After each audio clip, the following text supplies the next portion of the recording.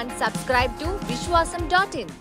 రాజకీయాల్లో ఎప్పుడు ఎవరు ఎలా హీరో అవుతారో చెప్పలేం. బీజేపీ ప్రకటించిన జాబితాలో పేరు లేకపోయేసరికి రఘురాజును వైసీపీ తెగ ట్రోల్ చేసింది. వారం రోజుల పాటు ఆయన కూడా మదన పడిపోయారు.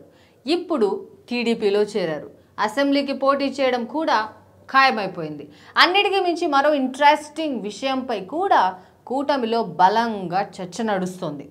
ఏంటా చర్చ? ఫుల్ డీటెయిల్ స్టోరీ చూసే ముందు విశ్వాసం.in సబ్స్క్రైబ్ చేయండి, లైక్ చేయండి, షేర్ చేయండి.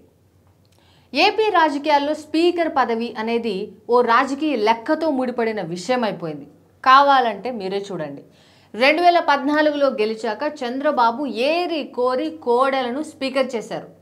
క్యాబినెట్లో ఉంటాను మొర్రో అని కోడెల మొత్తుకున్నా బాబు మాత్రం స్పీకర్గానే ఉండమన్నారు. ఎందుకంటే వైసీపీ విషయంలో నిక్కచ్చిగా ఉంటారనే అంచనాతో పాటు క్యాబినెట్లో ఉంటే ఆయన్ని నియంత్రించడం అంత ఈజీ కాదు అనే ఫీలింగ్ కూడా ఓ కారణమే.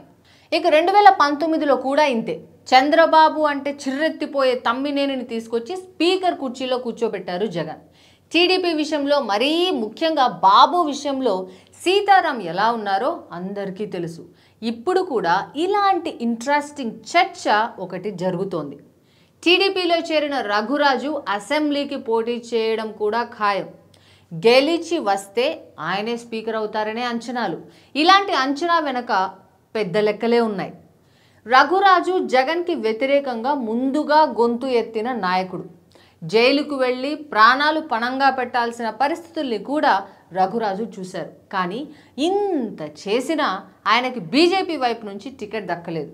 ఇప్పుడు టీడీపీ భరోసా ఇచ్చిన తరువాత ఆయన గెలిచి వస్తే ఇక స్పీకర్ కావడం ఖాయమంటున్నారు. ఎందుకంటే కూటమి ప్రభుత్వం వస్తే వైసీపీని రాజకీయంగా ఓ ఆట ఆడుకోవడం ఖాయమే. అలాంటి పరిస్థితుల్లో జగన్ అండ్ వైసీపీ విషయంలో రఘురాజు కన్నా పర్ఫెక్ట్గా ఇంకెవరు డీల్ చేస్తారు అనేది మరో పాయింట్. రఘురాజు విషయంలో చంద్రబాబు ఆచి తూచి అడుగేస్తారు. ఎలాంటి సందర్భంలో అయినా రఘురాజుతో పెట్టుకుంటే లేనిపోని తలనొప్పి అనే విషయం బాబుకి బాగా తెలుసు. అందుకే క్యాబినెట్లో ఉంటే బెటర్ అన్న అంచనాలు. పైగా వైసీపీ విషయంలో రఘురాజుకి అంతా తెలుసు కాబట్టి ఇక ఆయనే చూసుకుంటారు అనే ఫీలింగ్. అంటే రఘురాజు గెలిచి వస్తే మాత్రం స్పీకర్ అయిపోవడం ఖాయమనే అనిపిస్తుంది. పోటీ చేసేది ఉండి అసెంబ్లీ స్థానం నుంచి అంటున్నారు కాబట్టి అది టీడీపీ కంచుకోట. గెలుపుపై సందేహాలు పెద్దగా అవసరం లేదు.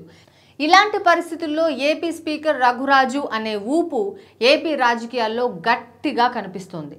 తనను అక్రమంగా అరెస్టు చేశారని, కనీసం స్పీకర్కి సమాచారం కూడా ఇవ్వలేదని ఎంపీగా ఉన్నప్పుడు మొత్తుకున్న వ్యక్తి అసెంబ్లీకి పోటీ చేసి గెలిచి స్పీకర్ అయితే గనక నిజంగా పొలిటికల్ డెస్టినీ అనే అనుకోవాలి. చూద్దాం, రఘురాజు నిజంగానే అధ్యక్ష అని పిలిపించుకుంటారేమో. మరి మీరేమంటారు?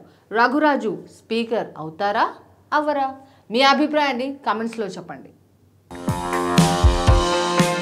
Like, share and subscribe to Vishwasam.in.